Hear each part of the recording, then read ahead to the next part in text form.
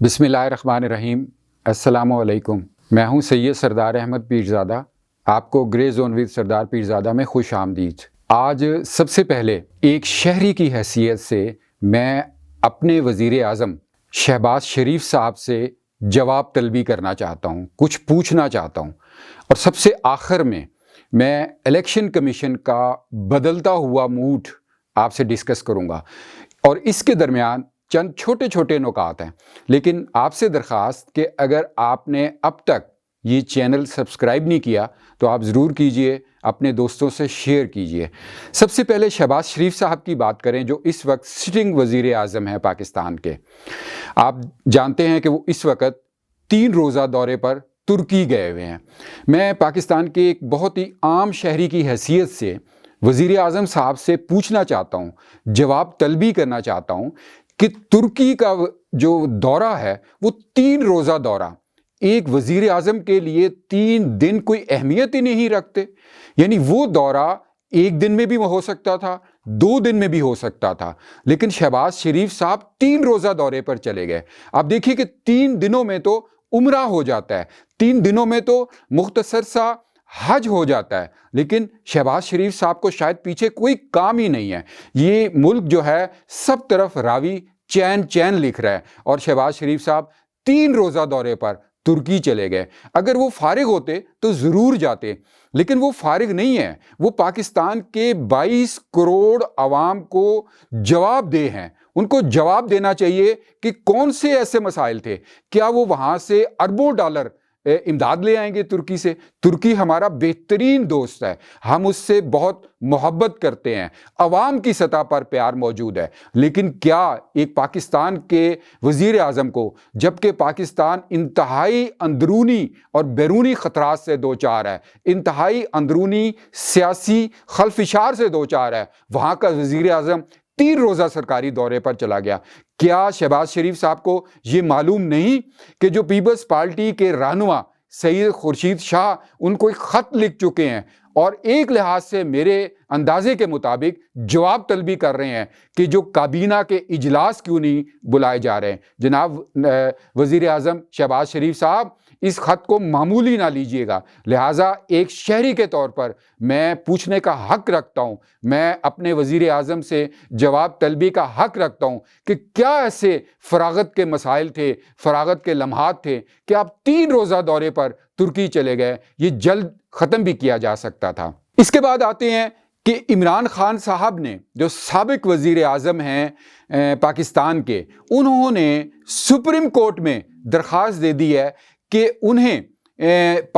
اسلام آباد کے اندر جلسہ کرنے کا تحفظ ایک لحاظ سے دیا جائے، اور ان کو کوئی رکاوٹ نہیں ڈالی جائے۔ سب سے پہلی بات کہ اس سے پہلے بھی وہ اسلام آباد میں جلسے کر چکے ہیں، ہر جگہ پر کر چکے ہیں، کئی جگہ پر کر چکے ہیں۔ 2013 سے ان کو جو ایجنڈا دیا گیا تھا جلسے کرنے کا اور گورنمنٹ ڈی اسٹیبلائز کرنے کا، اس پر وہ پوری طرح عمل کرتے آ رہے ہیں۔ ابھی حال ہی میں انہوں نے جو چند روز پہلے جو اسلام آباد میں چڑھائی کی تھی، اسے آپ ایک جلسہ یا ایک جلوس نہیں کہہ سکتے، اسے ایک مختلف انداز سے کہہ سکتے ہیں، جس پر ہم نے پچھلا ویلاگ بھی کیا تھا۔ اور اب تو بات خبروں میں آ چکی ہے، انٹیریئر منسٹر بھی یہ کہہ چکے ہیں، اور خود عمران خان یہ تسلیم کر رہے ہیں اور کہہ رہے ہیں کہ ان کے جو کارکن تھے ان کے پاس اسلحہ موجود تھا، اس اسلحے کا کیا استعمال ہونا تھا وہ ابھی سامنے آنا باقی ہے۔ وہ ایک بہت اندرونی طور پر بات ہے جس کا ہم ذکر پہلے بھی کر چکے ہیں۔ لہٰذا جو سپریم کورٹ سے انہوں نے تحفظ مانگا ہے، یہ ایک انوکھی سی بات لگتی ہے، اور اس بات پہ یہ بات کہنا چاہیے کہ جو ایک طاقتور حلقوں کا جو ایک مخصوص دھڑا عمران خان صاحب کو دوبارہ اقتدار میں لانے کے لیے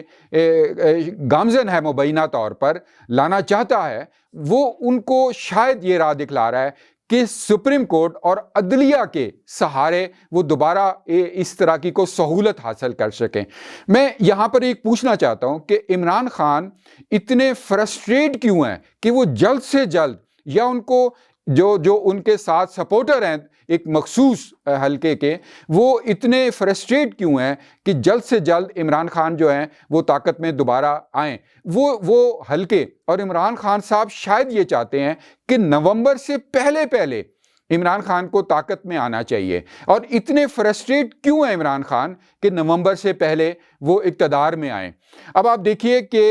اس سے بہت سی چیزیں اخذ کی جا سکتی ہیں، لیکن اگر سپریم کورٹ اس طرح کے معاملات میں شامل ہوتی گئی، یہ محترم جو عدلیہ ہے، جو ایک معزز جج صاحبان ہیں، وہ اس بات پر بہتر فیصلہ کر سکتے ہیں، اور یقیناً ایک شہری کے طور پر ہر ایک کا حق ہے کہ وہ جمہوری طور پر اپنی اظہار رائے کی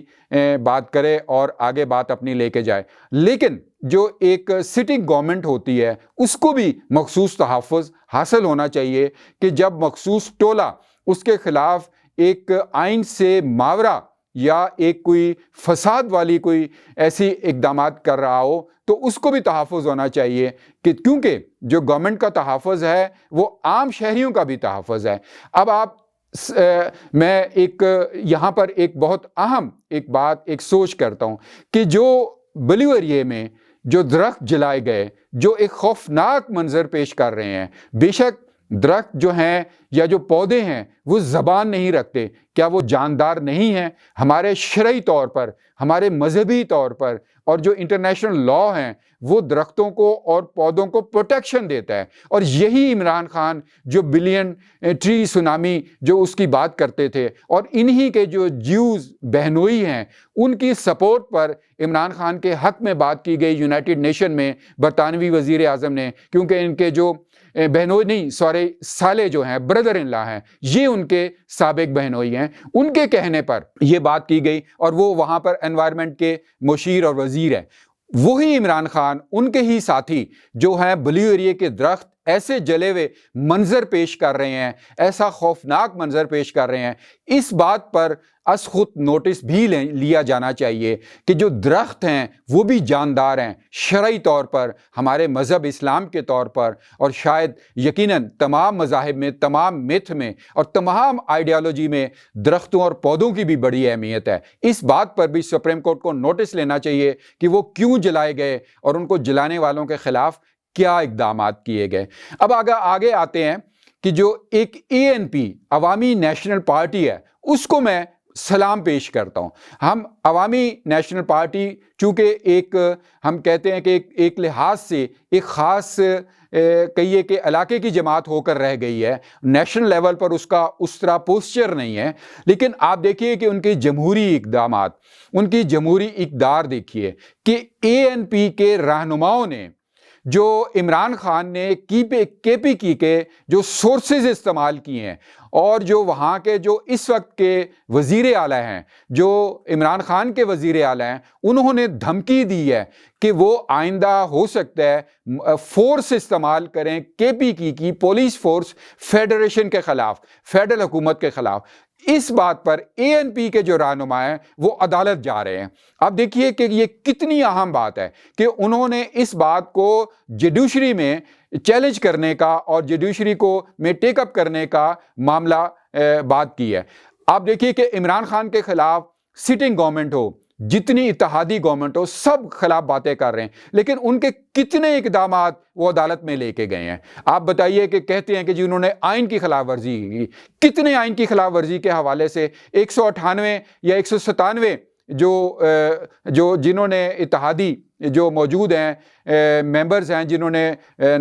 شہباز شریف کو ووٹ دیا تھا، ان سب کو عمران خان نے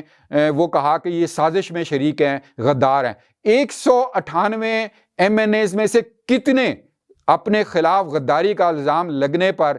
کورٹ میں گئے ہیں کہ ہم پر جھوٹا الزام لگایا گیا؟ نہیں گئے نا۔ تو یہ ANP جا رہی ہے، لہٰذا جو جمہوری اقدار جہاں بھی ملیں، تھوڑی بہت بھی ملیں، ان کو سلام کرنا چاہیے، ان کو اپریشیٹ کرنا چاہیے کہ دیکھیے کہ KP میں اگر فورس استعمال کی جا رہی ہے یا اس کی دھمکی دی گئی ہے اور وہاں کے سورسز استعمال کیے گئے ہیں تو عدالت میں جایا جا رہا ہے اور وہ ANP لے کے گئی ہے۔ اب میں بہت ہی اہم بات کرنے جا رہا ہوں، جو الیکشن کمیشن ECP کے جو سربراہ ہیں، انہوں نے غیر رسمی طور پر صحافیوں سے بات کرتے ہوئے کہا ہے کہ وہ الیکشن کے لیے تیار ہیں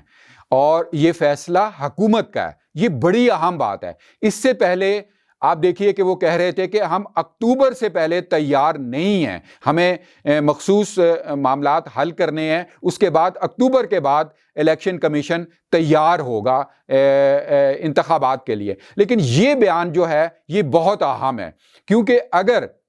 الیکشن کمیشن یہ ابھی بات کر دیتا ہے اور عمران خان صاحب دھرنا لے کر اسلام آباد آ جاتے ہیں اور سپریم کورٹ ان کو ان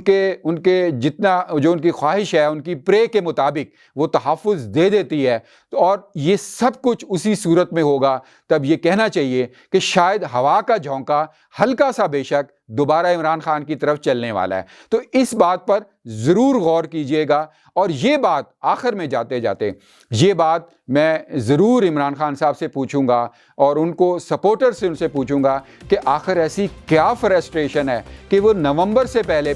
اقتدار میں آنا چاہتے ہیں. ڈیئر ویورز, آپ کو یہ ویڈیو کیسی لگی ضرور بتائیے گا اپنی رائے میں کامنٹ باکس میں, اور لائک کریں اور شیئر کریں اپنے دوستوں سے. God bless Pakistan.